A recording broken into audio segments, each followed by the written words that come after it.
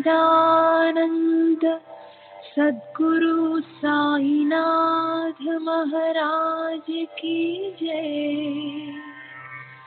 सद्गुरु श्री साईनाथुनि शरद बाबूजी की जय।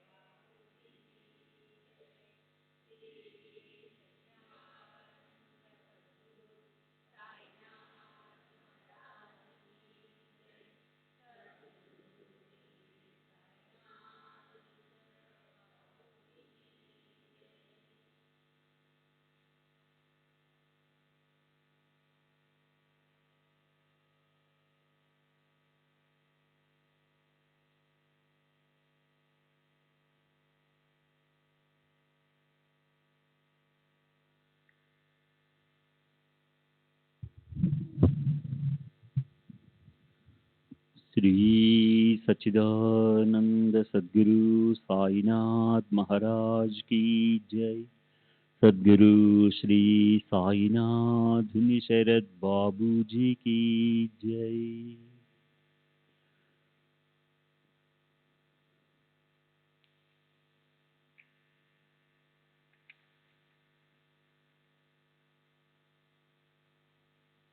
శ్రీ సాయి భక్త అనుభవ సంహిత జూన్ 11వ తేదీ 1936, జస్టిస్ ఎంబి రేగే, బిఏ ఎల్ఎల్బి, వయసు సుమారు 50 సంవత్సరములు, సారస్వత్, ఇండోర్. శ్రీ సాయిబాబాను నేను సృష్టి స్థితి లయకారకునిగా భావిస్తాను. వారు మహాసమాధి చెందకముందు కూడా నేను అలాగే భావించేవాడిని. ఇప్పటికీ నాలో అదే భావం ఉంది. వారు ఎక్కడికి వెళ్ళిపోలేదు. ఇప్పటికీ ఎప్పటికీ మనతోనే ఉన్నారు, ఉంటారు. నా దృష్టిలో బాబాకు పరిమితులు లేవు. వారు సశరీరులుగా మా మధ్య సంచరిస్తున్నప్పుడు ఆయన పాంచభౌతిక రూపం మా దృష్టిని విశేషంగా ఆకర్షించేది. కానీ ఎక్కువ భాగం నా ఎరుకలో నిలిచింది మాత్రం ఆయన అనంతతత్వమే. మూర్తీభవించిన ఓ మనోమయ దివ్య తత్వంగా నాకు ఆయన గోచరించేవారు. పరిమితులు లేని అనంతతత్వం మానుష రూపంలో లీలామాత్రంగా ఇమిడిపోయి మా కనుల ముందు సంచరిస్తున్నట్లు అనిపించేది. ఇప్పుడు ఆ పాంచభౌతిక దేహం కనుమరుగై సాయిబాబా అనే అవధులు లేని కేవల దివ్యతత్వం మాత్రమే మిగిలింది. వేదాంత తత్వశాస్త్రాల పట్ల నాకు ఆసక్తి లేదు. సాయిబాబా కొన్ని సందర్భాలలో దృష్టాంతాలు, నీతి కథలతో నిగూఢంగా మాట్లాడేవారు. వారి మాటలను ఒక్కో భక్తుడు ఒక్కో విధంగా అర్థం చేసుకునేవాడు. ఒకసారి వారు అలా నిగూఢంగా మాట్లాడి, అర్థమైందా అని నన్ను అడిగారు. నేను అర్థం కాలేదని చెప్పాను. అప్పుడు కొందరు భక్తులు అక్కడ ఉన్నారు. వారు వెళ్ళిపోయిన తర్వాత నేను బాబాతో, మీరు నిగూఢంగా మాట్లాడే మాటలు నేను అర్థం చేసుకోలేకపోతున్నాను. మీరు నాకేదైనా చెప్పదలిస్తే నాకు అర్థమయ్యేట్లు చెప్పండి అన్నాను. అప్పటి నుండి బాబా నాతో నీతి కథల రూపంలో కాకుండా స్పష్టంగా మాట్లాడేవారు. నేను బాబా చెంతకు ఎలా వచ్చానో, వారే నా సర్వస్వం ఎలా అయ్యారో చెప్పే ముందు నా గురించి కాస్త చెప్పుకోవాలి. గోవాలో కొలువై ఉన్న శాంత దుర్గాదేవి మా ఇలవెలుపు. అక్కడున్నది ఆ దేవి యొక్క రుద్ర రూపం కాదు, భద్ర రూపం. సదా ఆనందాన్ని ప్రసాదిస్తుందని ఆ దేవిని ప్రార్థిస్తూ ఉండేవాడిని. నాకు 8వ ఏట ఉపనయనం జరిగింది. సంధ్య వార్చడం, గాయత్రి జపం చేయడం నేర్చుకున్నాను. వాటి పట్ల నాకెంతో గౌరవం ఉండేది. ఆ తరువాత నా ఆరాధన విష్ణువు వైపుకు మళ్ళింది. ధ్రువుడు, మహావిష్ణువు ఉన్న చిత్రపటం ఒకటి మా ఇంట్లో ఉండేది. ఆ ఫోటోలోని విష్ణు రూపం నా హృదయంలో బలంగా ముద్రించుకుపోయింది. నేను ఆ రూపాన్ని ఎల్లప్పుడూ ధ్యానిస్తూ ఉండేవాణ్ణి. కానీ విష్ణు రూపంపై ఏకాగ్రత నిలపాలని ప్రయత్నించినప్పుడు ధ్రువుని రూపం వలన తరచుగా నా ఏకాగ్రత చెదిరేది. అందువల్ల పటంలో ధ్రువుడు కూర్చుని ఉన్న భాగాన్ని కత్తిరించి ధ్యానం కొనసాగించాను. అంతేగాక ధ్రువుని స్థానంలో నన్ను ఉంచమని ఆర్తితో విష్ణుమూర్తిని ప్రార్థించేవాడిని. చిన్నతనం నుండి నేను ప్రాణాయామం, ఆసనాలు అభ్యసించేవాడిని. సిద్ధాసనంలో కానీ, పద్మాసనంలో కానీ 1 లేదా 2 గంటలు స్థిరంగా కూర్చుని 15 నిమిషాల పాటు మనసులో ఒకే మూర్తిని నిలుపుకొని ధ్యానించగలిగేవాడిని. ప్రాణాయామంలో కూడా కొంతవరకు ప్రగతిని సాధించాను. ఇవన్నీ గురువు లేకుండానే చేయగలిగాను. ఇలా విష్ణు రూప ధ్యానం నా 21వ సంవత్సరం వరకు తీవ్రంగా కొనసాగించాను. తరువాత 1910లో ఒకరోజు నిద్రలో ఉండగా స్వప్నమో లేక ఒకానొక అలౌకిక స్థితిలోని దృశ్యమో సరిగా చెప్పలేను కానీ ఒకే రాత్రి వరుసగా 3 అనుభవాలు కలిగాయి. మొదటి అనుభవంలో నేను మంచంపై పడుకుని ఉండగా నాలో ఏదో మార్పు జరిగినట్లుగా అనిపించింది. నేను నా దేహం నుండి విడిపోయినట్లు, దాని నుండి వేరుగా ఉన్నట్లు గ్రహించాను. నా ముందు విష్ణుమూర్తి నిలబడున్నారు. అంతటితో ఆ దృశ్యం ముగిసింది. సుమారు 1 గంట తర్వాత ఇదే విధమైన మరో అనుభవం కలిగింది. ఈసారి విష్ణుమూర్తి ప్రక్కన మరొకరు నిలబడున్నారు. విష్ణుమూర్తి వారిని చూపిస్తూ నాతో, షిరిడికి చెందిన ఈ సాయిబాబా నీవాడు, నీవు ఈయనను తప్పక ఆశ్రయించాలి అన్నారు. మరికొద్దిసేపటి తర్వాత 3వ దృశ్యం అనుభవమైంది. నేను గాలిలో తేలుతూ వెళ్తున్నట్లు ఒక వింత అనుభవానికి లోనయ్యాను. ఆ విధంగా ఒక గ్రామానికి చేరుకున్నాను. అక్కడ ఒక వ్యక్తి కనిపించాడు. అతనిని ఇది ఏ గ్రామం అని అడిగాను. ఇది షిరిడి అని చెప్పాడు. ఇక్కడ సాయిబాబా అని పేరు గల వారెవరైనా ఉన్నారా అని అడిగాను.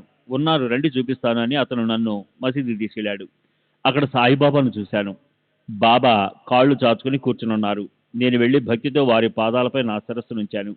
వెంటనే బాబా లేచి, నువ్వు నా దర్శనం చేసుకుంటున్నావా? నేను నీకు రుణగ్రస్తుడను, నేనే నీ దర్శనం చేసుకోవాలి అంటూ వారి శిరస్సును నా పాదాలపై ఉంచారు. ఈ 3 దృశ్యాలు నన్ను ఎంతో ప్రభావితం చేశాయి.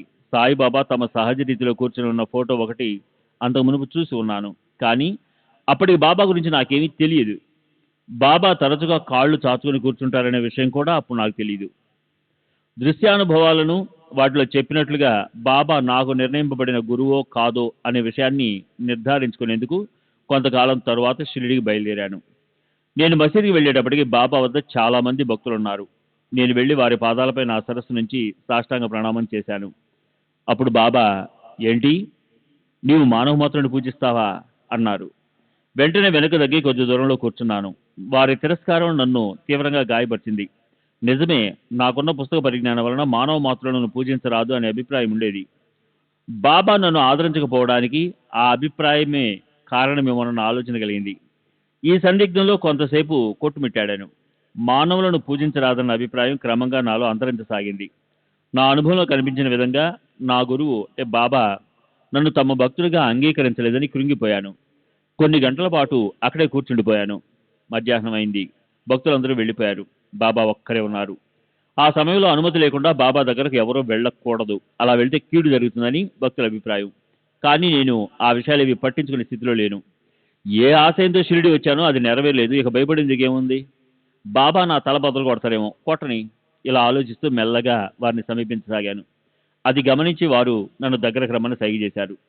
దాంతో ధైర్యం వచ్చి నేరుగా వెళ్ళి బాబా పాదాలపై శిరస్సు నుంచాను.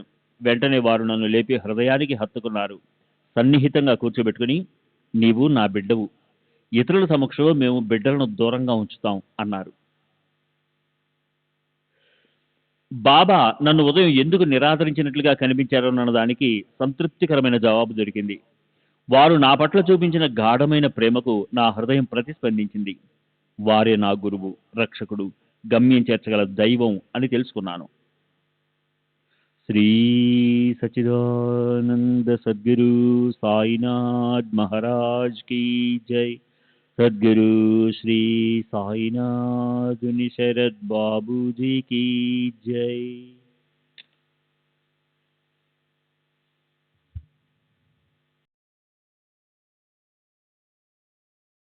నన్ను ఆయి వద్దకు వెళ్ళి ఉండమన్నారు. రాధాకృష్ణ ఆయిని బాబా రామకృష్ణి అని పిలిచేవారు. అప్పటి నుండి ఆమె చనిపోయేంత వరకు నేను ఎప్పుడు షిరిడి వెళ్ళినా రాధాకృష్ణ ఇంట్లోనే బస చేసేవాడిని. బాబాను దర్శించడానికి వెళ్ళినప్పుడు తప్ప షిరిడిలో మిగతా సమయమంతా ఆ ఇంటి వద్దనే గడిపేవాడిని. ఆయి ఉదాత్త భావాలు గల ప్రేమమయి. ఆయి అంటే తల్లి. మొదటి నుంచి ఆయిని నా తల్లిగానే భావించాను. ఆమె కూడా నన్ను కన్నబిడ్డలా ఆదరించేది. బాబా ప్రతిరోజు ఆమెకు ఒక రొట్టెను ప్రసాదంగా పంపేవారు. ఆ రొట్టెతోనే ఆమె జీవనం గడిచేది. నేను షిరిడీలో ఉన్నప్పుడు బాబా 2 రొట్టెలు పంపేవారు. ఒకటి ఆమెకు, మరొకటి నాకు. నేను షిరిడీలో లేనప్పుడు బాబా వద్ద నుండి అదనంగా రొట్టె వస్తే నేను దారిలో ఉన్నానని, కొద్దిసేపట్లో షిరిడీకి రాబోతున్నానన్న దానికి సాంకేతికంగా ఆయి గ్రహించేది. ఆయికి బాబాపై ఉన్న భక్తి అపారము. ఆమె కేవలం బాబా కోసమే జీవించేది. బాబా కోరినవన్నీ నెరవేర్చడం, బాబా సంస్థానానికి కావలసినవన్నీ సమకూర్చడంతోనే ఆమెకు ఆనందం కలిగేది. నాకు బాబా ఆదేశము, సహాయము ఆమె ద్వారా ఒక ప్రత్యేక రీతిలో అందేవి. ఆమె దయామయి, నిష్కపట స్వభావి, తాపరికం లేకుండా అన్ని విషయాలు నాతో చెప్పేది. నేను కూడా నా మనసు విప్పి నా భావాలను ఆమెతో పంచుకునేవాడిని. ఆధ్యాత్మిక పురోగతి కోసం మనం ఏమి చేస్తున్నామన్నది ఇతరుల ఊహకు అందనీయకుండా రహస్యంగా ఉంచాలని, ఆధ్యాత్మిక సాధన సాంపల్యానికి గోప్యం అవసరమని చెప్పేది. బాబా ఆచరించి చూపిన మార్గం కూడా అదే. ఆయి శ్రావ్యమైన కంఠంతో మధురంగా పాడేది. సంగీతము ఆమె ఆధ్యాత్మిక సాధనలో భాగము. ఆమె సితార కూడా వాయించగలదు. నాకు కూడా సంగీతం పట్ల ఎంతో మక్కువ. ఆ పాటలు వింటున్నప్పుడు భక్తి భావరవస్యంలో నాకు సులభంగా మనోలయమయ్యేది. ఒకసారి నేను ఆయి ఏ విధమైన సాధన మాకు ఉపయుక్తంగా ఉంటుందోనని చర్చించుకున్నాము. కీర్తనలు, భజనలు ఒక విధంగా మంచివే, కానీ అవి బయట వాళ్ళను ఆకర్షిస్తాయి. అంతేకాదు, కేవలం అవి మాత్రమే మా పురోగతికి సరిపోవని అనుకున్నాము. అందువల్ల జపమైతేనే బాగుంటుందని నిర్ణయించుకున్నాము. తర్వాత ఏ నామ జపమైతే బాగుంటుందోనన్న ఆ ప్రశ్న తలెత్తింది. ఎక్కువ మంది రామనామము, విఠలనామము జపిస్తారని, కానీ తనకు సాయే దైవం కాబట్టి జిన్నే కమాయా ఉన్నే చుపాయా, కబీరు దేనినైతే పొందారో దాన్ని గుప్తంగా ఉంచుతారు. అంతర్ముఖం కావటం, త్రివధ్యానం. ఈ భక్తుడు కింద విషయాలు కూడా చెప్పాడు. బాబాకు మంచి సంగీత పరిజ్ఞానం ఉంది. చక్కటి సంగీతాన్ని మెచ్చుకొని అభినందించేవారు. వారికి ముఖ్యంగా భజన కీర్తనలంటే మక్కువ. ఒక్కోసారి అర్ధరాత్రి తన కబురు పంపి కీర్తనలు పాడించుకొని వినేవారు. రాగాలలో దొర్లిన తప్పులు సవరించి సంగీతంలోని మెలకువలు బోధించేవారు. అంతేకాకుండా మధురమైన కంఠంతో బాబా స్వయంగా పాడేవారు.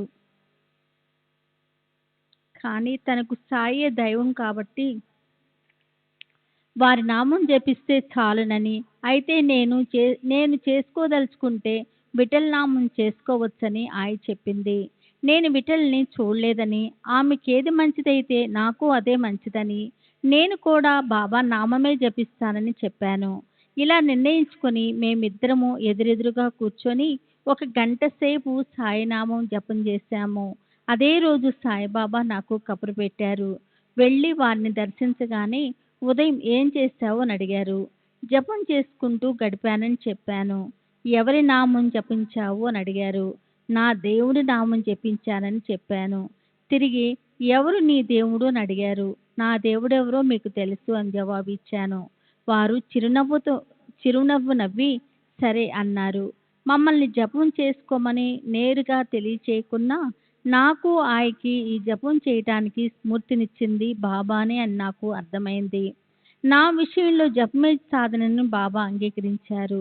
ఇక వారు నిర్దేశించిన గమ్యము లేక జీవిత పరమార్థం ఏమిటి? ఏ లక్ష్యాన్ని దృష్టిలో ఉంచుకొని మానవుడు సాధన చేయాలి? బాబా సాధన విషయం పరోక్షంగా తెలియజేశారు కాబట్టి గమ్య విషయం కూడా పరోక్షంగానే తెలియజెప్పారు. వారు చెప్పిన విషయాలన్నిటినీ బట్టి గాఢమైన ప్రేమ ద్వారా దేవుని అంటే ఏ రూపంలోనైనా ముఖ్యంగా ప్రేమమూర్తి అయిన గురువు రూపాన్ని చేరాలి అని స్పష్టమవుతుంది. వారిని అనన్యంగా ప్రేమించడం ద్వారా అది సాధ్యం అవుతుంది. మేము ఆచరించింది అదే. వారి అపారమైన ప్రేమతో మాచే ఆచరింపజేసింది అదే.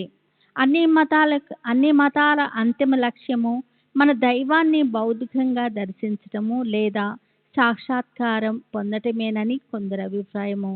కానీ నేను అలా అనుకోవటం లేదు. నేను బాబాను ఏకాగ్రతతో ధ్యానిస్తున్నప్పుడు ధ్యానంలో బాబా రూపము సాక్షాత్కరించేది. నేను దీనికి పెద్దగా ప్రాధాన్యత ఇచ్చేవాడిని కాను. ఎందుకంటే బాబాను వేరుగా నా నుండి బాహ్యంగా చూడటం నాకు ఇష్టం లేదు. అందుకే బాబాను నాలోనికి వచ్చి నేనుగా ఉండమని ప్రార్థించాను. ఆత్మ అంటే నేను అనేది 2 పదార్థాలతో కూడుకున్నది. ఒకటి స్థూల శరీరము, రెండవది సూక్ష్మ శరీరము. సూక్ష్మ శరీరమే మన ఉనికికి ఆధారమైనది, ఉత్కృష్టమైనది. మన ఆత్మ విఠల్ దేవుడు, ఇతర తత్వాలు అన్నీ సత్యం యొక్క ప్రతిబింబాలే. అందువల్ల నేను విఠలుడు లేక సాయిగా ఎదగటానికి ప్రయత్నించాలి. వారు నాలో అత్యంత ఉన్నతంగా ప్రకాశించాలి. ఇదే నేను కోరుకునేది. నేనింతవరకు భగవద్గీతను కూడా సక్రమంగా చదవలేదు. మొదటి నుండి శాస్త్ర గ్రంథాల పఠనానికి ప్రాముఖ్యతనివ్వలేదు. అందువల్ల ధ్యానంలోని వివిధ స్థితులను లేదా చర్మస్థితిని గురించిన వివరాల్లోనికి వెళ్ళను. ఒక గురు పూర్ణిమ పర్వదినాన ఎంతో మంది భక్తులు బాబా దర్శనానికి వచ్చారు. పవిత్రమైన ఆ రోజున బాబా ఆశీస్సులతో సద్గంధాలను తీసుకుంటే పారాయణ ఫలవంతం అవుతుందని భక్తుల అభిప్రాయము. కానీ తరచుగా బాబా ఎవరిచ్చిన పుస్తకం తిరిగి వారికే ఇవ్వకుండా మరొకరికి ఇస్తుంటారు. ఆ రోజు నా దగ్గర తప్ప భక్తులందరి వద్ద పుస్తకాలున్నాయి. ఇది గమనించిన బాబా పుస్తకాలను చూపిస్తూ వాళ్ళు ఆ పుస్తకాల్లో బ్రహ్మను కనుగొనాలనుకుంటారు. కానీ ఈ పుస్తకాల్లో ఉండేది భ్రమే. నీ ఆలోచన సరియైందే. నీవు ఈ పుస్తకాలు చదవనక్కర్లేదు. నన్ను నీ హృదయంలో నిలుపుకో. బుద్ధిని మనసును ఏకం చెయ్యి అని చాలు అన్నారు. అందువల్ల నేను ఏ ఆధ్యాత్మిక గ్రంథాలు చదివేవాడిని కాదు. నేనేం చేయాలో అన్నది నా అనుభవాలే నాకు తెలియజేసేవి. ఇంతవరకు నన్ను ఏది ముందుకు నడిపించిందో, నేనేమి పొందానో దానికి నేను సంతృప్తిగా ఉన్నాను. నాకు బాబా పట్ల ఎంతో ప్రేమ ఉన్నప్పటికీ ఇతర భక్తులు బాబాకు చేసుకున్నంత సేవను నేను చేసుకోలేకపోయాను. 1912 గురు పూర్ణిమ సమయంలో అనుకుంటాను. నేను షిరిడీకి బయలుదేరి మన్మాడ్ స్టేషన్లో దిగాను. షిరిడీ వెళ్లే భక్తులు చాలామంది కనిపించారు. ప్రతి ఒక్కరి చేతిలోనూ పూలమాలలున్న బుట్టలున్నాయి. నాకు సర్వస్వమైన గురువును దర్శించడానికి వెళుతూ కనీసం ఒక పూలమాల కూడా తీసుకురానందుకు చింతించాను. అందరము షిరిడీ చేరి మసీద్కి వెళ్ళాము. బాబా మెడ నిండా ఎన్నో పూలమాలలున్నాయి. వారికి వేసేందుకు నా వద్ద ఒక్క మాల కూడా లేనందుకు మరలా బాధ కలిగింది. అప్పుడు బాబా ఆ పూలమాలన్నిటినీ పైకెత్తి చూపుతూ ఇవన్నీ నీవే అన్నారు. ఆహా! అన్నిటినీ మన్నించి మరిపించి మురిపించే వారి ప్రేమ ఎంత గొప్పది. శ్రీ సచ్చిదానంద సద్గురు సాయినాథ్ మహారాజ్ కీ జై. సద్గురు శ్రీ సాయినాథుని శరత్ బాబూజీకి జై. అదే సంవత్సరంలో 1912లో మరొకసారి షిరిడీ వెళ్ళి బాబాను దర్శించాను. అప్పుడు నా జోబిలో 100 రూపాయలు ఉన్నాయి. బాబా రూ. 40 దక్షిణ అడిగారు. వెంటనే ఇచ్చాను. కొద్దిసేపు అయిన తర్వాత మరో రూ. 40 అడిగారు. ఆనందంగా సమర్పించాను. మళ్ళీ రూ. 20 అడిగారు. నా వద్ద మిగిలి ఉన్న రూ. 20 కూడా ఇచ్చేశాను. ఇక ఒక్క పైసా కూడా మిగలలేదు. ఉన్న డబ్బంతా బాబాకు ఇవ్వగలిగినందుకు సంతోషించాను. కాసేపటికి బాబా నన్ను మరలా పిలిపించి దక్షిణ అడిగారు. నా దగ్గర ఇచ్చేందుకు ఏమీ లేదని చెప్పాను. నీ వద్ద డబ్బు లేకుంటే ఎవరినైనా అడిగి తెచ్చి ఇవ్వు అన్నారు. ఎవరి వద్దకు వెళ్ళమంటారో వారినే చెప్పమన్నాను. బాబా శ్యామా దగ్గరికి వెళ్ళమన్నారు. నేను శ్యామా దగ్గరికి వెళ్ళి జరిగిందంతా చెప్పి డబ్బు అడిగాను. అప్పుడు శ్యామ, నువ్వు బాబాను సరిగా అర్థం చేసుకోలేదు. బాబాకు డబ్బు గడ్డిపోచతో సమానం. బాబాకి కావాల్సింది నీ బుద్ధి, మనస్సు. అంతేకాదు నీ సమయాన్ని, ఆత్మను బాబాకే సమర్పించాలని వారి ఉద్దేశం అన్నాడు. నేను మసీదుకి వెళ్ళి శ్యామ చెప్పిందంతా బాబాకు వివరించాను. వారు చిరునవ్వు నవ్వి దీక్షిత్తును అడగమన్నారు. నేను దీక్షిత్కు విషయమంతా చెప్పాను. డబ్బు లేకపోవడం, డబ్బు లేదా మరేదైనా యాచించవలసిన రావడం అవమానంగా తలచరాదని, తనకు తాను గొప్ప అన్న భావన ఉండరాదని నాకు బోధించడానికే బాబా ఇదంతా జరిపిస్తున్నట్లు దీక్షిత్తు చెప్పాడు. నేను బాబా దగ్గరికి తిరిగి వెళ్ళి దీక్షిత్తు చెప్పిన విషయాలు వారికి నివేదించాను. బాబా నవ్వి, ఈసారి నానాసాహెబ్ చందోర్కర్ దగ్గరికి వెళ్ళి అప్పు అడగమన్నారు. నేను నానాసాహెబ్ కోసం ఖండోబా ఆలయానికి వెళ్ళాను. అక్కడ నానాసాహెబు ఉపాసనీతో కలిసి ఆధ్యాత్మిక గ్రంథాల పారాయణ చేస్తున్నాడు. నేను నానాకు జరిగిందంతా చెప్పి బాబా ఆదేశానుసారం డబ్బు కోసం వచ్చినట్లుగా చెప్పాను. వెంటనే నానాసాహెబ్ తన లౌక్యాన్ని ప్రదర్శించాడు. నిజమే, బాబా దక్షిణ అడిగినప్పుడు మన దగ్గర డబ్బు లేకుంటే ఎంత సంకటంగా ఉంటుందో నేను ఊహించగలను. అందుకే నేను సిడి వచ్చేటప్పుడు సగం డబ్బు కోపరగాంలో దాచి ఉంచుతాను. ఇప్పుడు కూడా అలాగే చేశాను. ఇంటి నుండి రూ. 200 తీసుకొచ్చి అందులో రూ. 100 కోపరగాంలో ఉంచాను. బాబా అడిగినప్పుడల్లా దక్షిణ సమర్పిస్తూ చేతిలో డబ్బు అయిపోగానే కోపరగాం నుండి మిగిలిన డబ్బు తెప్పించుకుంటాను. నువ్వు కూడా అలాగే చెయ్యి అన్నాడు. నానాసాహెబ్ చెప్పిన విషయాలన్నీ బాబాకు నివేదించాను. నేను అక్కడ కూర్చొని ఉండగానే బాబా వెంటనే నానాను 3 సార్లు పిలిపించి మొదటిసారి రూ. 40, రెండవసారి రూ. 40, మూడవసారి మిగిలిన మొత్తాన్నంతా దక్షిణగా అడిగి తీసుకున్నారు. నానాసాహెబ్ వెంటనే కోపరగాంలో ఉన్న రూ. 100 తెమ్మని మనిషిని పంపాడు. ఆ డబ్బు వచ్చేలోగా బాబా నానాను మళ్ళీ దక్షిణ అడిగారు. తన వద్ద డబ్బు లేదని చెప్పవలసి వచ్చినందుకు నాన్న చిన్నబుచ్చుకున్నాడు. ఈ సంఘటన ద్వారా బాబా అవసరాలన్నీ తీర్చగలమని, వారు అడిగినవన్నీ ఇవ్వగలమని ఎవరైనా అనుకుంటే అది కేవలం భ్రమ అన్న విషయం నానాసాహెబ్కు, నాకు, అక్కడున్న వారందరికీ అర్థమయ్యింది. దక్షిణ అడగడాన్ని ఒక్కొక్క భక్తుడు ఒక్కో విధంగా ఎలా అర్థం చేసుకుంటాడో బాబా ఈ విధంగా తెలియజేశారు. బాబా దక్షిణ అడగడంలోని అంతరార్థం నానా, శ్యామ, దీక్షితులు చెప్పినది కాదు. నానాసాహెబ్కు, నాకు కొన్ని విషయాలు బోధించడమే బాబా ఉద్దేశం. డబ్బు, కానుకలు బాబా లెక్క చేయరు. వారు భక్తుల నుండి కోరుకునేది హృదయపూర్వకమైన ప్రేమ మాత్రమే. అటువంటి ప్రేమ బాబా యందు కలిగి ఉండడమే నా లక్ష్యం. ఈ విషయం బాబాకు తెలుసు. అందుకే నా మనసు ఎరిగి తదనుగుణంగా స్పందించారు. బాబా మాత్రమే అలా స్పందించగలరు. బహుశా 1915లో అనుకుంటాను, రామనవమి ఉత్సవాలకు సిడి వెళ్ళదలిచాను. బాబాకు సమర్పించదగిన కానుకేదైనా కొనాలని తలచి ఇండోర్లో బట్టల బజారుకు వెళ్ళాను. అక్కడ ఒక చోట చందేర్లో తయారైన ఢాకా మస్లిన్ వస్త్రం ఒకటి నన్ను అమితంగా ఆకర్షించింది. అది 5 అడుగుల చదరంగా ఉంది. చుట్టూ 8 నుంచి 9 అంగుళాల జరీ అంచు అల్లికతో నాజుగ్గా ఉంది. అది నచ్చటంతో దాని ఖరీదు రూ. 85 అయినా సముచితమే అనిపించి కొన్నాను. అది ఎంత నాజుగ్గా ఉందంటే మడిచిన తర్వాత 6x6x1 అంగుళాల ప్యాకెట్టులో ఇమిడిపోయింది. నేను దానిని సీడీ తీసుకెళ్ళాను.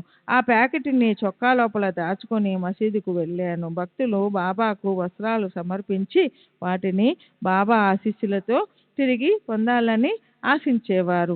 బాబా ఆ విధంగానే చేసేవారు. బాబాపై నాకున్న ప్రేమను వారు గుర్తిస్తే, అంటే నాకు వారికి భేదం లేదన్న నా భావం వారు గుర్తించినట్లయితే, నా కానుక నాకు తిరిగి ఇవ్వకుండా వారే స్వీకరించాలి అని అనుకున్నాను. సాధారణంగా బట్టలు, శాలువాలు తెచ్చిన భక్తులందరూ వాటిని బాబాపై కప్పుతారు. సేవకులు ఇది ఎవరిది అని అడుగుతూ ఎవరిది వారికి ఇచ్చేస్తారు. నేను వెళ్ళి నమస్కరిస్తూ, బాబా, నా కానుకను తిరిగి ఇవ్వకూడదని తెచ్చిన ప్యాకెట్ను నేరుగా బాబా గద్దె కింద దాచాను.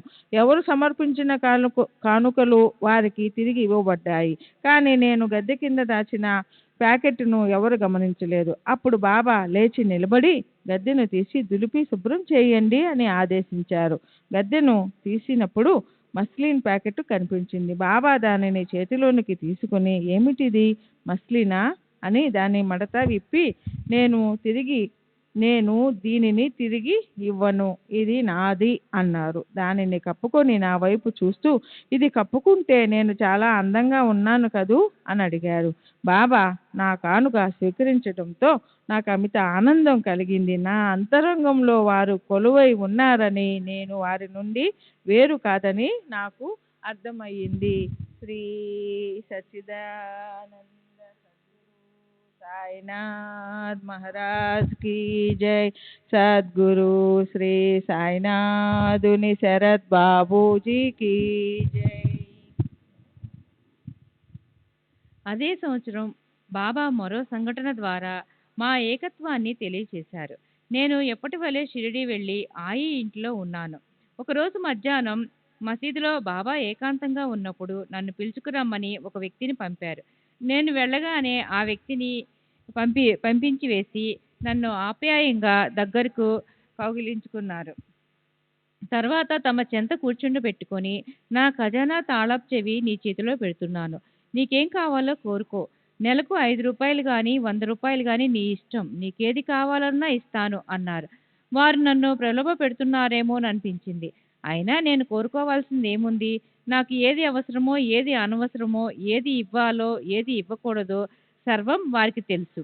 నేనేమీ అడగదలుచుకపోవటం చూసి బాబా బుజ్జగిస్తున్నట్లుగా నా చుబుకం పట్టుకొని ఏదో ఒకటి అడగమన్నారు. అప్పుడు నేను, బాబా నేనేది అడిగినా ఇస్తారా అన్నాను. బాబా ఇస్తాను అన్నారు. అయితే ఈ జన్మలోనే కాక రాబోయే జన్మలన్నింటిలోనూ మీరు నన్ను విడిచి వెళ్ళకూడదు, ఎప్పుడూ నాతోనే ఉండాలి అన్నాను. అప్పుడు వారు ఆనందంతో నన్ను మెల్లగా తడుతూ, సరే, నువ్వెక్కడ ఉన్నా ఏమి చేస్తున్నా నీ లోపల వెలుపల ఎప్పుడూ నీతోనే ఉంటాను అన్నారు. నాకు అమితానందం కలిగింది. వారు ఎప్పుడూ నాతోనే ఉన్నారన్నది నాకు అనుభవం అవుతూ ఉంటుంది. వారు నాతోనే ఉన్నారని నిదర్శనం ఇవ్వటానికి అప్పుడప్పుడు నాకు సాక్షాత్కరిస్తూ ఉంటారు. నన్ను సరైన మార్గంలో నడిపిస్తూ ఉంటారు. చాలా సంవత్సరాల తర్వాత నా కుమారుడు మరణించాడు. అప్పుడు మేము అనేక కుటుంబాలు నివాసం ఉంటున్న ఒక భవంతిలో ఉన్నాము. కుమారుని మరణానికి నా భార్య కృంగిపోయి విలపించసాగింది. బిడ్డను బాబానే తీసుకెళ్లారని, మనకేది మంచిదో వారికి తెలుసు కనుక మనం దుఃఖించకూడదని పెద్దగా విలపిస్తే జనం గుమిగూడతారని చెప్పాను. బిడ్డ నిర్జీవ దేహాన్ని చూస్తూ ఆమె భరించలేకుండా ఉండటంతో మరుసటి ఉదయం అంత్యక్రియల వరకు విశ్రాంతి తీసుకోమని ఓదార్చి నేను ఆమెను లోనికి పంపాను. చనిపోయిన బిడ్డను ఒడిలో పెట్టుకొని కూర్చుని ఉండగా నాకు బాబా కనిపించి నన్ను బయటికి తీసుకువెళ్ళి, నీకు చనిపోయిన బిడ్డ కావాలో నేను కావాలో తేల్చుకో, రెండూ కావాలంటే పొందలేవు, పిల్లవాడే కావాలనుకుంటే బ్రతికిస్తాను, కానీ నేను నీతో ఉండను. ఈ బిడ్డను బ్రతికించుకోవాలని అనుకోకపోతే నీకు తర్వాత ఎంతోమంది పిల్లలు పుడతారు అన్నారు. నేను ఏ సంకోచం లేకుండా నాకు మీరే కావాలి అన్నాను. అయితే దుఃఖించుకు అని చెప్పి బాబా అంతర్ధానమయ్యారు. ఈ విధంగా నాకు అవసరమైనప్పుడు బాబా దర్శనమిచ్చి తగిన ధైర్యాన్ని ఇస్తూ ఉంటారు. వారి కృప వలన నాకు కావలసినవన్నీ నెరవేరుతూ ఉంటాయి. నేను వారిని ఎప్పుడూ ఐహికమైన కోరికల కోసం ప్రార్థించి వారికి ఇబ్బంది కలిగించను. నాకు తగినంత ఆదాయం ఉంది, ఆస్తిపాస్తులు ఉన్నాయి, బీమా రక్షణ ఉంది. నాకున్న దానితో సంతృప్తిగా ఉన్నాను. ఎప్పుడైనా డబ్బు అవసరం ఏర్పడితే బాబా కృప వలన ఎలాగో డబ్బు సర్దుబాటై సమస్య తీరిపోయేది. నాకు దేనికి లోటు లేదు. ఇక బాబా భక్తుడు అయ్యేందుకు, వారి సహాయం పొందేందుకు ఏం చేయాలని నన్ను ఎవరైనా అడిగితే నేనిచ్చే సమాధానం ఒక్కటే: బాబాను గాఢంగా, హృదయపూర్వకంగా ప్రేమించమని చెప్తాను.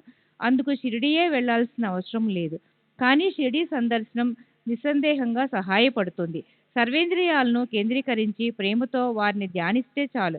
ఎవరి అర్హతలకు తగినట్లుగా వారు బాబా నుండి తప్పక సహాయాన్ని పొందుతారు. శ్రీ సచ్చిదానంద సద్గురు సాయినాథ్ మహారాజ్ కీ జై. సద్గురు శ్రీ సాయినాథుని శరత్ బాబు.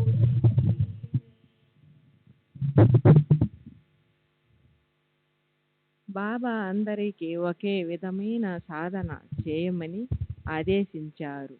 ఆ భక్తుని సంస్కారానికి, పరిణితికి, ఇతర పరిస్థితులకు అనుగుణమైన సాధన అనే విధిస్తారు.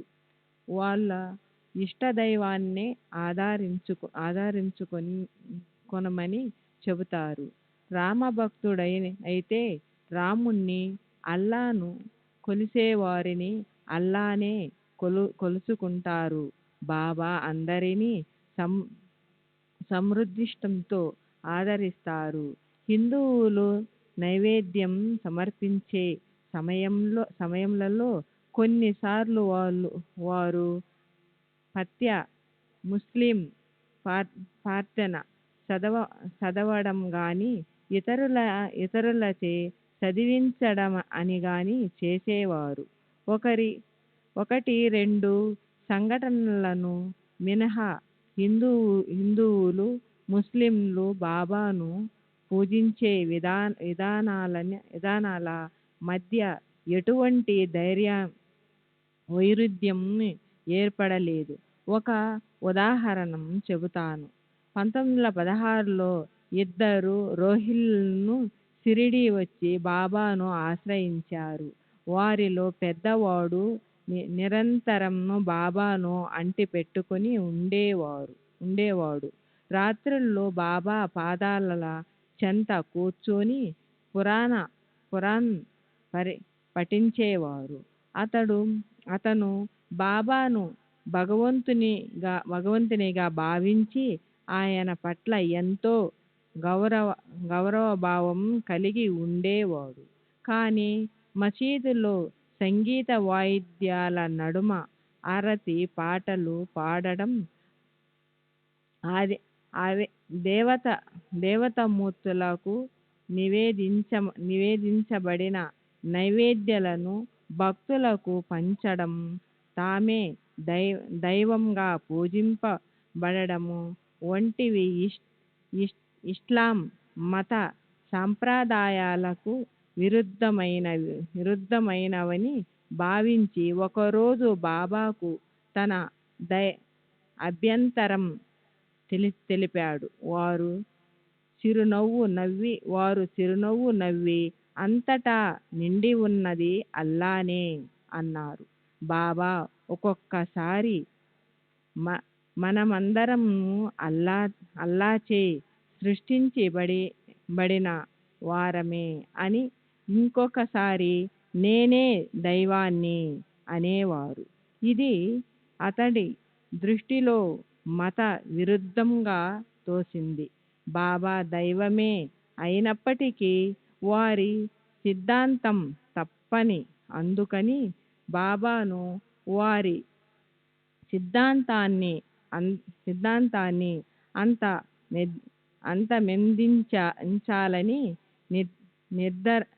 నిర్ధారించుకున్నాడు. ఒకరోజు బాబా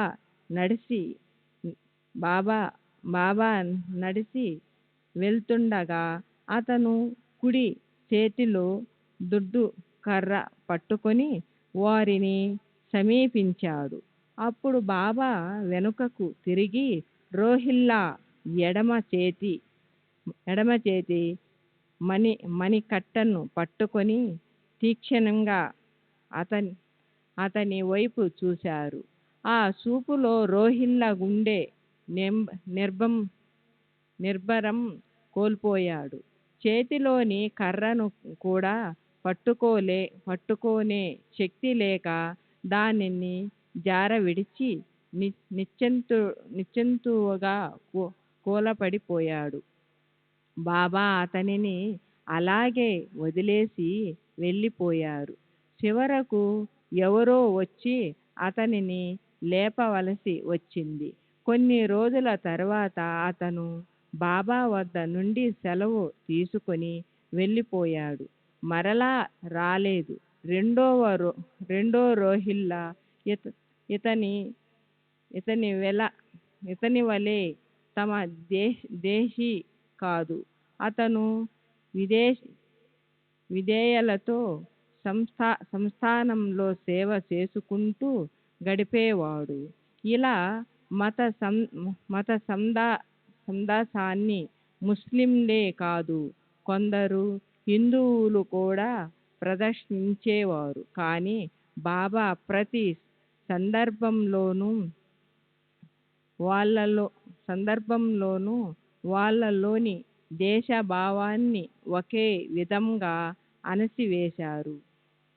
శ్రీ సచ్చిదానంద సద్గురు సాయినాథ్ మహారాజ్ की जय. సద్గురు శ్రీ సాయినాథ్.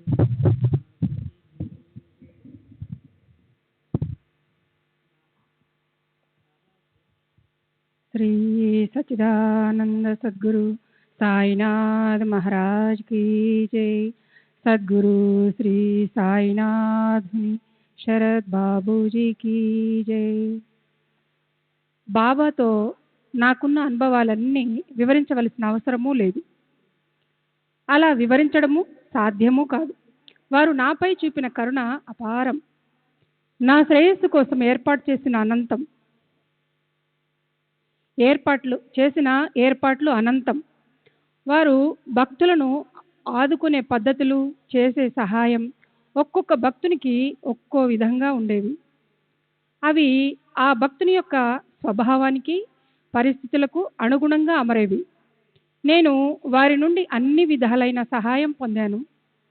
బాబా సహాయపడే పద్ధతులు దిగువ వివరిస్తున్నాను. మనం ఏదైనా ఆపదలో ఉన్నప్పుడు దాని నుండి బయటపడే మార్గం ఇది అని ఓ ప్రేరణ ద్వారా మన మనస్సుకు తెలిసేటట్లు చేస్తారు. ఈ ప్రేరణ బాబా నుండి వచ్చినట్లు కూడా మనకు తెలుస్తుంది. ఉదాహరణకు, బాబా నాతో ఏదైనా అసాధారణ సమయంలో ఏకాంతంగా మాట్లాడాలని సంకల్పించారనుకోండి, వెంటనే నాకు బాబాను దర్శించాలనే ప్రేరణ కలిగేది. ఈ ప్రేరణ బాబానే కలిగిస్తారు. ఈ మొదటి పద్ధతి మనం ఎరుకలో ఉన్నప్పుడు కలిగే ప్రేరణలకు సంబంధించింది.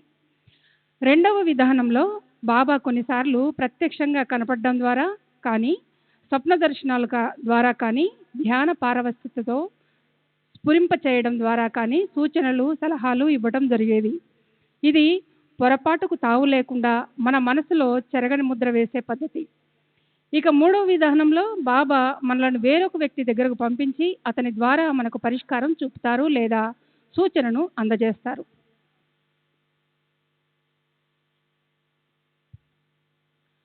బాబా మనల్ని కలుసుకోమన్న వ్యక్తికి ఆ సమస్యను పరిష్కరించగల సామర్థ్యం కానీ, వివేకం కానీ ఉండదు. అతనికి సమస్య ఏమిటో, దాని పరిష్కారం ఏమిటో కూడా తెలియదు. అతను ఏదో ధోరణిలో మాట్లాడతాడు, కానీ ఆ మాట్లాడిన మాటల్లో మన సమస్యకు పరిష్కారం దొరుకుతుంది. బాబా సశరీరులుగా ఉన్నప్పుడు, సమాధి చెందిన తర్వాత కూడా పై 3 పద్ధతుల ద్వారా మాత్రమే కాక అనేక విధాలుగా శిక్షణ ఇచ్చి నాకు సహాయపడేవారు.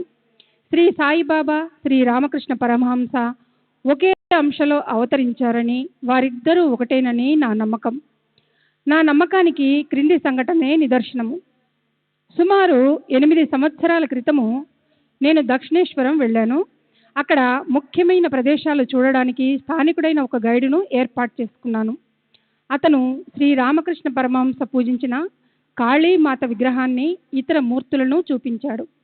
నేను కాళీమాత విగ్రహాన్ని పూజగది దాటి బయట నుండే చూసి ముందుకు సాగాను.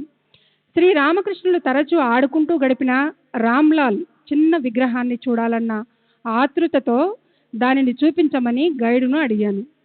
అతను నన్ను ఒక దేవాలయానికి తీసుకెళ్ళి ఒక పెద్ద విగ్రహాన్ని చూపిస్తూ ఇదే రామ్లాల్ అన్నాడు. నేను విస్తుపోయాను. అది రామ్లాల్ కావడానికి ఆస్కారమే లేదని చెప్పాను. దానికతడు స్థానికుడైన తనకు అక్కడున్న ప్రదేశాలు, వాటితో చరిత్ర క్షుణ్ణంగా తెలుసునని, కొత్తవాడినైన నాకు ఆ విషయాలు ఎలా తెలుస్తాయని అన్నాడు. నేను అతనిని నొప్పించి ఉంటే క్షమించమన్నాను, కానీ రామ్లాల్ విగ్రహం ఎక్కడ ఉందో తెలుసుకోవాలనుకున్నాను. నేను పరమహంస జీవిత చరిత్రలో రామ్లాల్ గురించి చదివి ఉన్నాను. అదే సమయంలో ఒక పూజారి నన్ను సమీపించి, దక్కను ప్రాంతం నుండి వచ్చినది మీరేనా అని అడిగాడు. అవునని చెప్పాను. అయితే అక్కడున్న ప్రదేశాలన్నీ తమ దగ్గరుండి చూపిస్తానన్నాడు. నేను అవన్నీ ఇప్పుడే చూశానని బదులిచ్చాను. అతను మళ్ళీ ఆ ప్రదేశాలు చూడమని పట్టుబట్టాడు. తనకు డబ్బేమీ ఇవ్వనక్కర్లేదని, దీనికి కారణం వేరే ఉందని చెప్పాడు. గత రాత్రి అతనికి ఒక కల వచ్చిందని, కలలో దక్కన్ ప్రాంతం నుండి ఒక భక్తుడు వస్తున్నాడని, అతనికి అన్ని దగ్గరుండి చూపించమని ఆదేశం అందిందని, అందుకే నన్ను తనతో రమ్మని కోరాడు. నేనిక మారు మాట్లాడక అతనితో వెళ్ళాను. ఆ పూజారి నన్ను శ్రీరామకృష్ణులు పూజించిన కాళీమాత ఆలయంలోని గర్భగుడిలోనికి తీసుకెళ్ళి ఆ దేవతను తాకి నచ్చిన విధంగా పూజించుకునే అవకాశం కల్పించాడు. తర్వాత రామ్లాల్ను చూపిస్తానన్నాడు. నా గైడు ఒక పెద్ద విగ్రహాన్ని చూపించి దానిని రామ్లాల్గా పరిచయం చేశాడని చెప్పాను. ఆ గైడు నన్ను మోసం చేశాడని చెప్పి పరమహంస ఆడుకున్న రామ్లాల్ చిన్న విగ్రహాన్ని తెచ్చి నా ఒడిలో ఉంచాడు. నేను ఆశించిన దానికన్నా ఎక్కువగానే బాబా నాకు ప్రసాదించారు. బాబా శ్రీ రామకృష్ణ పరమహంస వేరు కాదని, ఒక్కరేనని నాకు అవగతమైంది.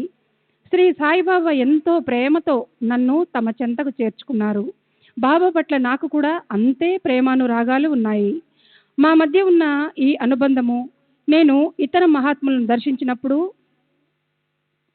వారు నన్ను ఆదరించిన విధానంలో ప్రతిబింబించేది. పూనా ఇతర ప్రదేశాల్లో తరచుగా కనపడుతుండే మాధవనాథ్ మహారాజును నేను 1927లో దర్శించాను. ఆయన 2 నెలల క్రితం నిర్యాణం చెందారు. నేనేమీ చెప్పకముందే వారు బాబాతో నాకున్న అనుబంధాన్ని గుర్తించి నీవు సాయిబాబాకు చెందిన వాడవు అని అన్నారు. అంతేగాక మొట్టమొదట నేను బాబాను దర్శించినప్పుడు నాకు బాబాకు మధ్య జరిగిన సంభాషణను పొల్లు పోకుండా వర్ణించారు.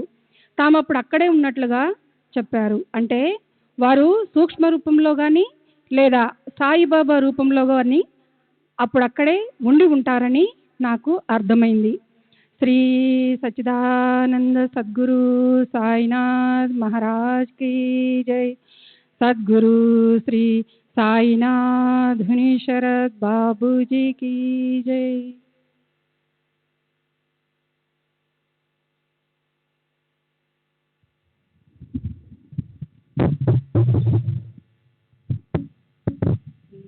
सच्चिदानंद सद्गुरु साईनाथ महाराज की जय.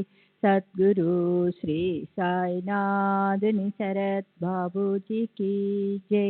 ఆచార్య గణేశ గోవింద నార్కే, భూగర్భ రసాయనిక శాస్త్ర ఆచార్యుడు, ఇంజనీరింగ్ కాలేజు, డక్కను, జింకానా, వయసు 53 సంవత్సరాలు, బ్రాహ్మణుడు, పూనా. ఆధ్యాత్మికతలో సాధించిన ప్రగతిని గాని, మహాత్ముల వలన పొందిన అనుభవాలను గాని వెల్లడి చేయలేము. జిన్నే పాయ ఉన్నే దుపాయ, ఎవరు దేనినైతే పొందారో దానిని గుప్తంగా ఉంచుతారు అనేది కబీరు ఉవాచ. ఇది నా గురువైన శ్రీ సాయిబాబా ఆదేశం కూడా. అందువల్ల అనుభవాల గురించి చెప్పడానికి ప్రయత్నించినప్పుడు నా గొంతు సహజంగానే మోహపోతుంది. నిజానికి అనుభవాలను రహస్యంగా ఉంచాలన్న విషయాన్ని ప్రక్కన పెడితే అంతరంగంలో మాటలకందని అనుభూతులను పూర్తిగా వ్యక్తపరిచేందుకు ఎవరికీ సాధ్యం కాదు. అయినా సాయిబాబాను గురించి, వారి తత్వాన్ని గురించి, జగమెరిగిన సత్యాలను చెప్పడానికి నేను సంకోచించను. ఎందుకంటే అందరికీ తెలిసిన విషయాలను చెప్పడం వల్ల రహస్యాలను వెల్లడి చేసినట్టు ఎలా అవుతుంది? నేనిప్పుడు చెప్పబోయే సమాచారం పెద్దగా చెప్పుకోదగినది కూడా కాదు. అది ధాన్యం నుండి వేరు చేసిన పొట్టు వంటిది. అయినప్పటికీ మీరు సాయిబాబాను గురించిన ఎంతటి చిన్న విషయాన్నైనా తెలుసుకోవడానికి ఉత్సుకత చూపుతున్నందువలన మీకు కొన్ని వివరాలు అందిస్తాను. శ్రీ సాయిబాబాను నేను నిత్యం ఇంట్లో పూజించే దేవతల మధ్య ఉంచాను. శ్రీ సాయిబాబా భగవంతుడే కానీ ఒక సాధారణ సత్పురుషుడు మాత్రం కాదు. వారి కళ్ళల్లో ప్రకాశించే దివ్య తేజస్సు వారొక గొప్ప సత్పురుషుడని తెలియజేస్తుంది. వారి చర్యలు మహిమలు అద్భుత అద్భుతమైనవి. ఇక నేను ఆధ్యాత్మికత వైపు ఎలా మళ్ళానో, బాబాతో నాకు ఎలా పరిచయం ఏర్పడిందో వరుసగా వివరిస్తాను. నా చుట్టూ ఉన్న పరిసరాలు శ్రీ సాయిబాబా పట్ల నాకున్న విశ్వాసాన్ని పెంపొందించడానికి తోడ్పడ్డాయి. మా మామగారైన బూటి, నా భార్య, మా అమ్మ అందరూ బాబాకు గొప్ప భక్తులు. వాళ్ళు బాబాను దైవంగా పూజించేవారు. నేను జ్ఞానేశ్వరి, మహాత్ముల గొప్పతనాన్ని తెలియజేసే ఇతర గ్రంథాలను చదువుతూ ఉండేవాడిని. నేను 1905లో ఎంఏ పట్టా పుచ్చుకున్నాను. కలకత్తాలో 1907 నుండి 1909 వరకు జియోలజికల్ సర్వేలో శిక్షణ పొందాను. 1909లో కేంద్ర ప్రభుత్వం నన్ను ఉన్నత విద్యకై మాంచెస్టర్ నగరానికి పంపింది. అక్కడ గనులు భూగర్భ శాస్త్రంలో ఎంఎస్సి పట్టా పుచ్చుకున్నాను. 1912 ఆగస్టులో స్వదేశానికి తిరిగి వచ్చాను. నా భార్య, తల్లి, మామగారు తరచూ షిరిడీలో గడిపేవారు. ఒకసారి షిరిడీ వచ్చి సాయిబాబాను దర్శించమని నాకు జాబు రాశారు. బాబా నన్ను రమ్మని చెబితే వస్తానని వారికి జవాబు రాశాను. మా మామగారు బాబాను సంప్రదించి వారు నన్ను రమ్మన్నట్లుగా తిరిగి జాబు రాశారు. దాంతో 1913 ఏప్రిల్లో షిరిడీ వెళ్ళాను. బాబా మా బంధువుల పట్ల ఎంతో ఆదరణ చూపేవారు. మా అమ్మను చూసి అప్పుడప్పుడు ఉల్లాసంగా చిందులేసేవారు. నేను మొదటిసారి మాధవరావు దేశపాండేతో కలిసి బాబాను దర్శించడానికి వెళ్ళాను. అప్పుడు మాధవరావు నన్ను వారికి పరిచయం చేశాడు. బాబా వెంటనే, ఇతనిని నాకు పరిచయం చేస్తున్నావా? 30 తరాల నుండి ఇతను నాకు తెలుసు అన్నారు. నా భూతకాలమంతా బాబాకు తెలియడం ఎంతటి అద్భుతమైన విషయమో. శ్రీ సచ్చిదానంద సద్గురు సాయినాథ్ మహారాజ్ కీ జై. సద్గురు శ్రీ సాయినాథ్ నిసరత్ బాబూజీ కీ జై.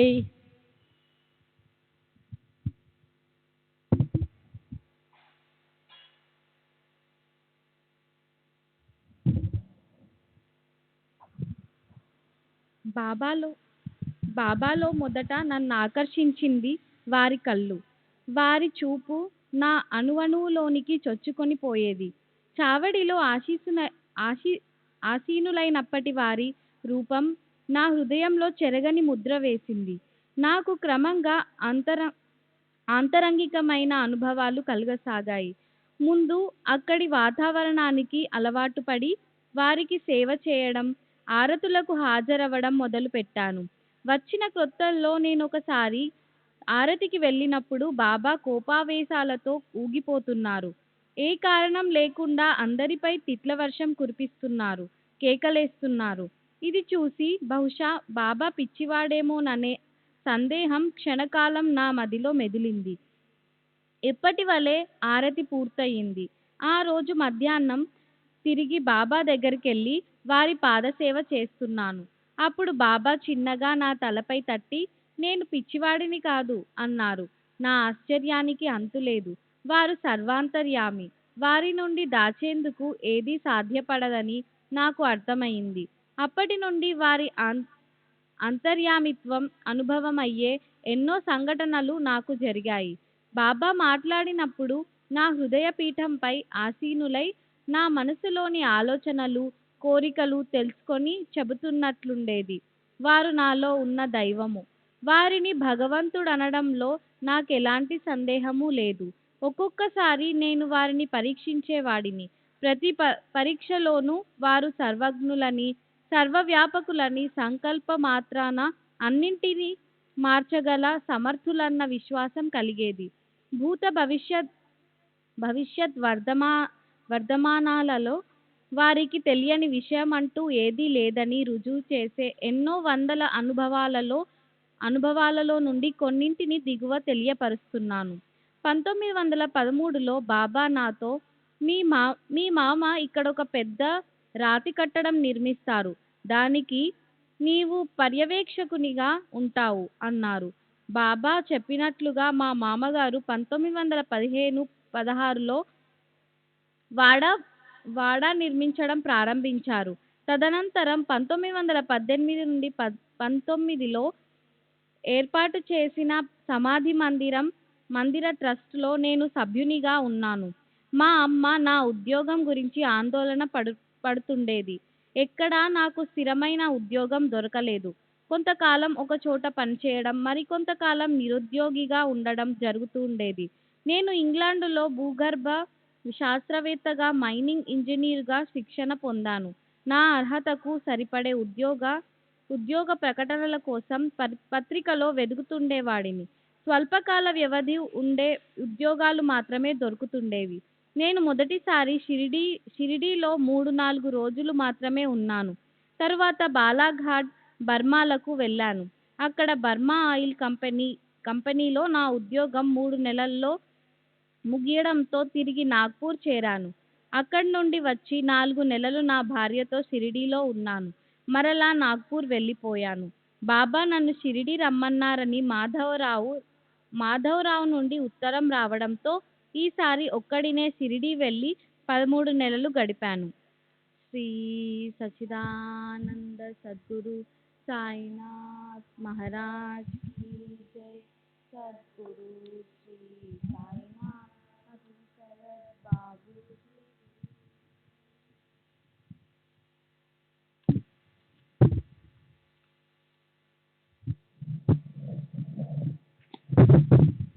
నాకు ఉద్యోగం లేదు, అయినా దిగులు పడలేదు. అప్పుడప్పుడు చిత్రంగా నాకు ఫకీరు జీవితమే మేలేమోనన్న ఆలోచనలు కలిగేవి. 1914లో ఒకరోజు బాబా కఫ్నీలను సిద్ధం చేయించి చాలామందికి పంచుతున్నాను. నేను అదంతా కాస్త దూరం నుండి చూస్తుండగా బాబా నాకు ఒక కఫ్నీ ఇస్తే దానిని దాచుకొని బాబా భజన తదితర ప్రత్యేక సందర్భాలలో ధరించవచ్చన్న ఆలోచన కలిగింది. ఇంకా చాలా కఫ్నీలు మిగిలి ఉన్నప్పటికీ హఠాత్తుగా బాబా కఫ్నీలను పంచడం ఆపివేశారు. కాసేపటి తర్వాత నన్ను దగ్గరికి రమ్మని సైగ చేసి నా తలపై తమ హస్తాన్నుంచి మెల్లగా తడుతూ, కఫ్నీ ఇవ్వనందుకు నన్ను తప్పు పట్టవద్దు. ఆ ఫకీరు దేవుడు నీకు ఇవ్వటానికి అనుమతించలేదు అన్నారు. నేనెక్కడా స్థిరపడకపోవటంతో నా ఉద్యోగం గురించి మా బంధువులు బాబాను అడిగేవారు. ఉద్యోగ నిమిత్తం నేను కలకత్తా, బర్మా లాంటి దూర ప్రాంతాలకు వెళ్ళడం చూసి మా అమ్మ, బాబా నా కుమారుణ్ణి మా ఊరిలో కానీ షిరిడీ దగ్గరలో కానీ ఉద్యోగంలో స్థిరపడేలాగా అనుగ్రహించండి అని ప్రార్థించింది. అందుకు బాబా, నేను అతనిని పూనాలో స్థిరపరుస్తాను అని అన్నారు. ఒక్కొక్కప్పుడు నాకు ఒకేసారి అనేక ఉద్యోగాలు వచ్చేవి. వాటిలో నుండి నేను ఒకదానిని ఎంపిక చేసుకోవాల్సి వచ్చేది.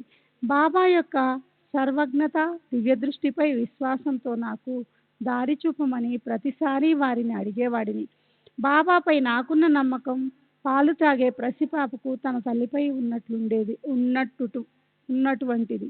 ఆయన ఎంపిక తరచూ చిత్రంగా ఉండేది. కలకత్తా వెళ్ళడమా, బర్మా వెళ్ళడమా అన్న మీమాంస వచ్చినప్పుడు ఎంతో దూరాన ఉన్న బర్మాకు వెళ్ళమన్నారు. నేను బాబా దగ్గరికి వెళ్ళి అడిగిన ప్రతిసారి ఆ ప్రదేశం పేరుకు పక్కన పూనాను జత చేసి వెళ్ళమనేవారు. 1916వ సంవత్సరం వారణాసిలో ఆచార్య పదవి, బర్మాలోని ఉద్యోగం, ఈ రెండింటిలో ఏదో ఒక దానిని ఎన్నుకోవలసి వచ్చింది. బాబా బర్మా, పూనా వెళ్ళు అన్నారు. మైనింగ్ ఇంజనీర్ అయిన నాకు నా విద్యా అర్హతలకు తగిన ఉద్యోగం పూనాలో దొరికే అవకాశమే లేదని తెలిసి నాలో నేను నవ్వుకునేవాడిని. 1918 నుండి నేను పూనాలో చేస్తున్న పర్మనెంట్ ఉద్యోగం భూగర్భ రసాయన శాస్త్ర ఆచార్యుడు. 1913లో వారి దృష్టిలో ఉంది. నా భవిష్యత్ మొత్తం వారికి వర్తమానం అన్నమాట. శ్రీ సచ్చిదానంద సద్గురు సాయినాథ్ మహారాజ్ కీ జై. సద్గురు శ్రీ సాయినాథ్ శరత్ బాబూజీ కీ జై.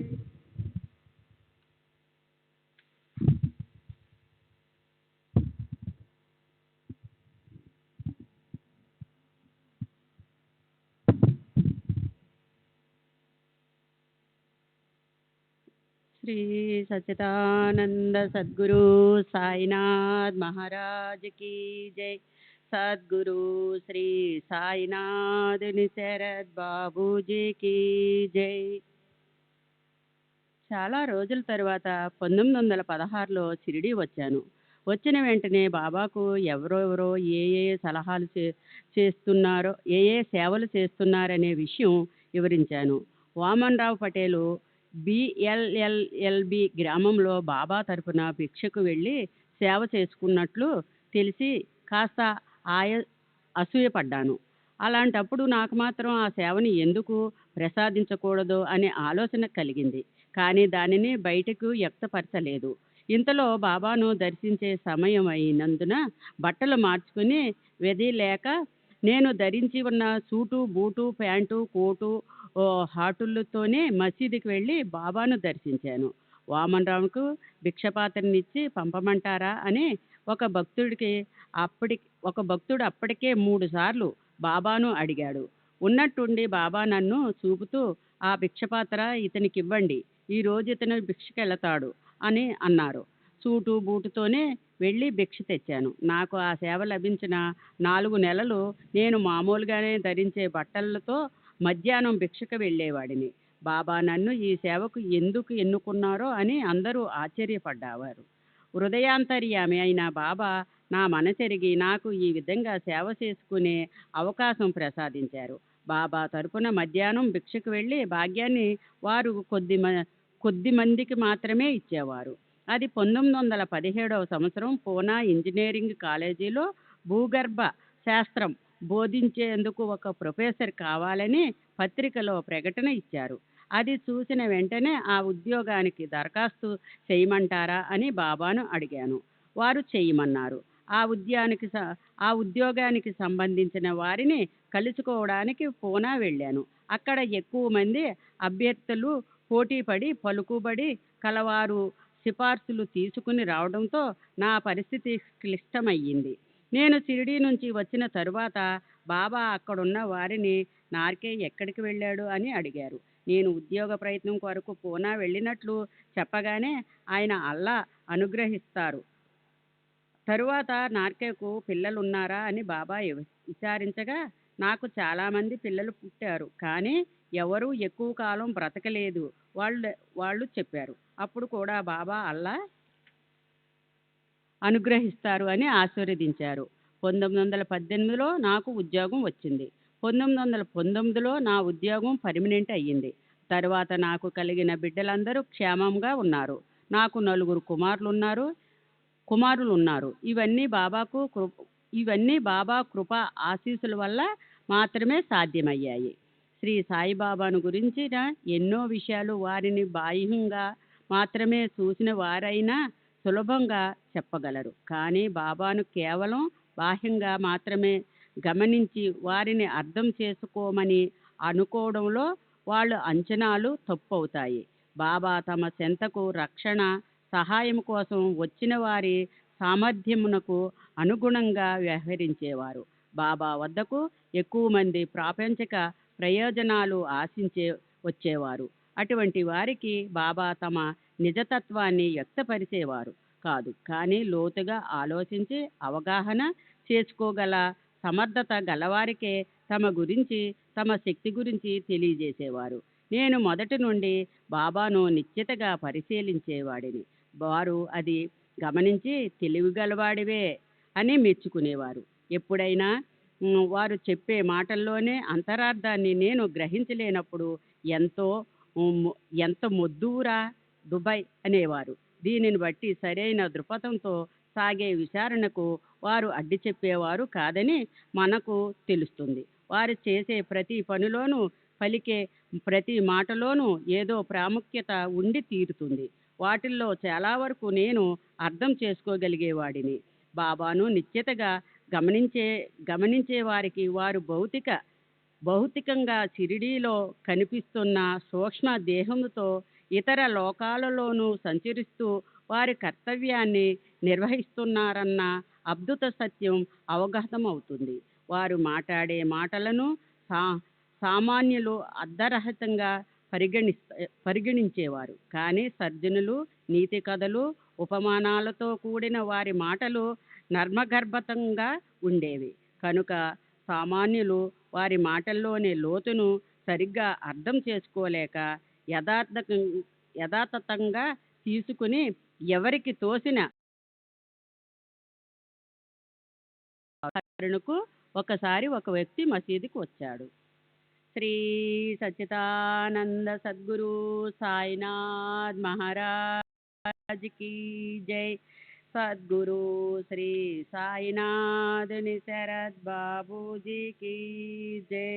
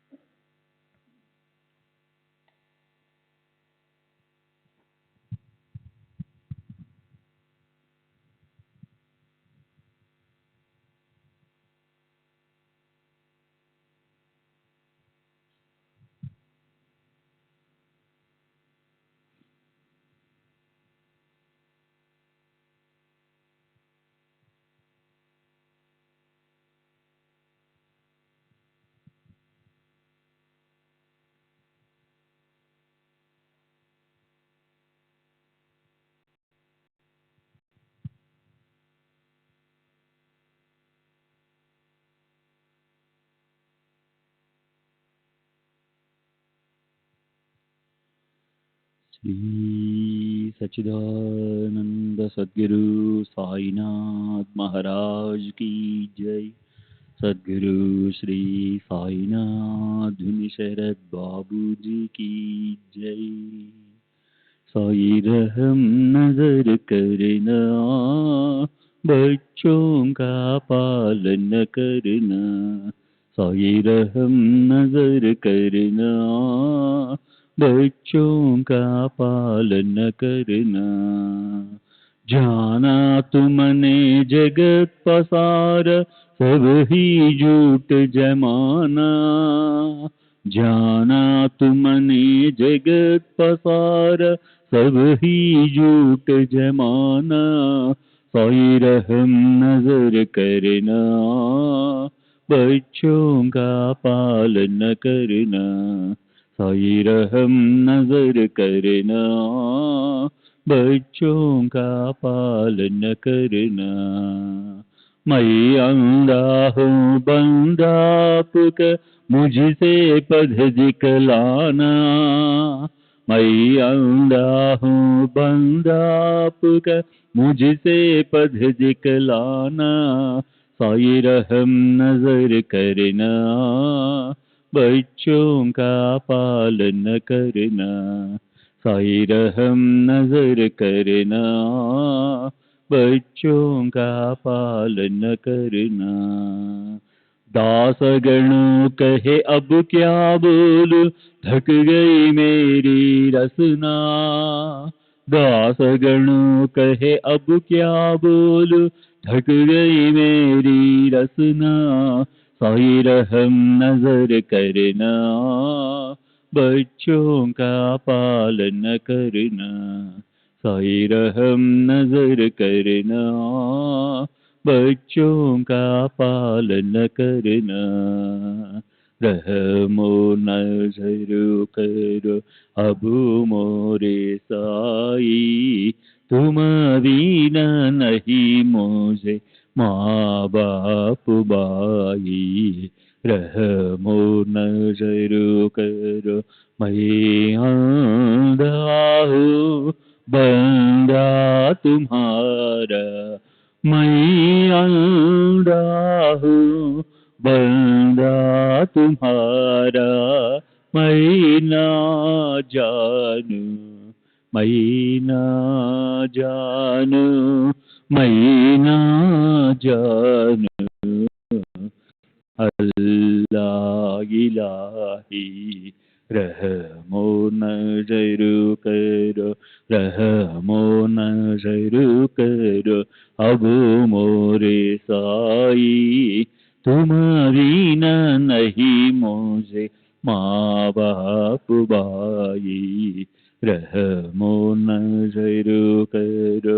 काली जमाना मैंने गमाया, काली जमाना मैंने गमाया, साथी आखिर का, साथी आखिर का, साथी आखिर का, तुम बिना कोई, रहमो नजर करो, रहमो नजर करो, अब मोरे साई तुम्हारी न नहीं मुझे माँ बाप भाई,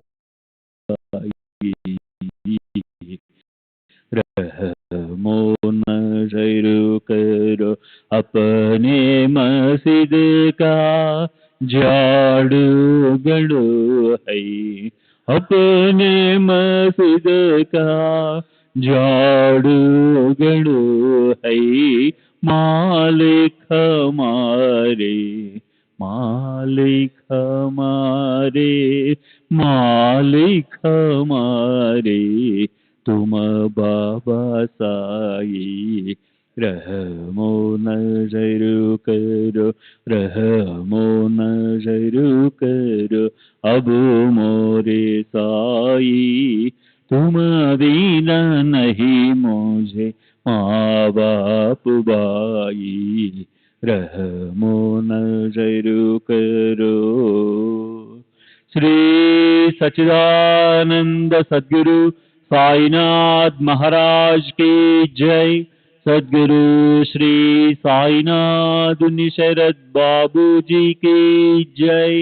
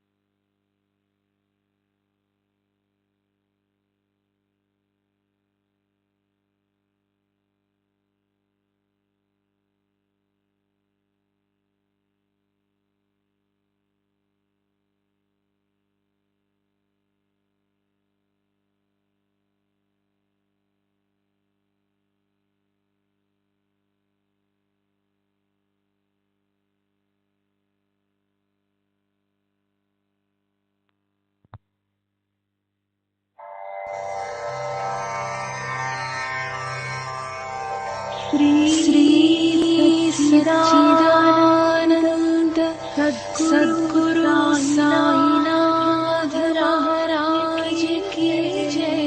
सद्गुरु श्री साईनाथ शरद बाबू जी की जय।